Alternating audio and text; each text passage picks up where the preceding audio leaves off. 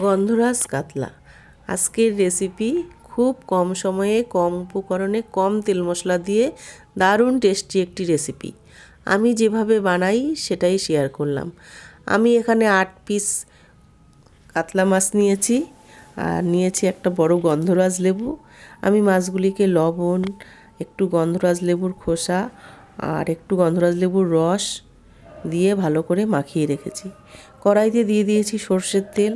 তেলটা যখন ভালো করে গরম হয়ে গেছে তখন আমি মাছগুলিকে হালকা করে ভেজে নিয়েছি। এই রান্নাটায় কিন্তু বেশি তেল মশলার বেশি মশলার ব্যবহার করা হয় না, কিন্তু অসাধারণ হয় খেতে। মাছগুলি আমার হালকা করে ভেজে নেওয়া হয়ে গেছে। আমি একটা মিক্সচার জারের মধ্যে নিয়েছি কয়েকটা কাজু বাদাম আর 3-4 চামচ টক দই। ব্যাস এই দুটো উপকরণ দিয়েই এই রান্নাটা দারুণ হয় খেতে। এর একটা মিহি পেস্ট তৈরি করে নিয়েছি। মাছগুলিও আমার এদিকে ভাজা হয়ে গেছে, একদম হালকা করে মাছগুলিকে ভেজে নিয়েছি।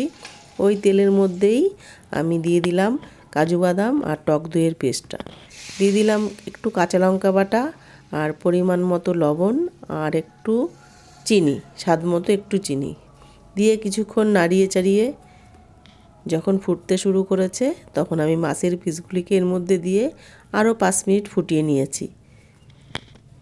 রান্নাটা করতে বেশি সময়ও লাগে না, কিন্তু খেতে হয় দুর্দান্ত। আমি তো এভাবে বানাই, তোমরা কে কেমন করে বানাও অবশ্যই আমাকে কমেন্ট করে জানিও। নামানোর আগে আমি আরও কিছুটা গন্ধরাজ লেবুর রস আর গন্ধরাজ লেবুর স্লাইস একটুখানি দিয়ে ব্যাস আমি নামিয়ে নিয়েছি। হয়ে গেল আমার রেডি দারুণ স্বাদের গন্ধরাজ কাতলা।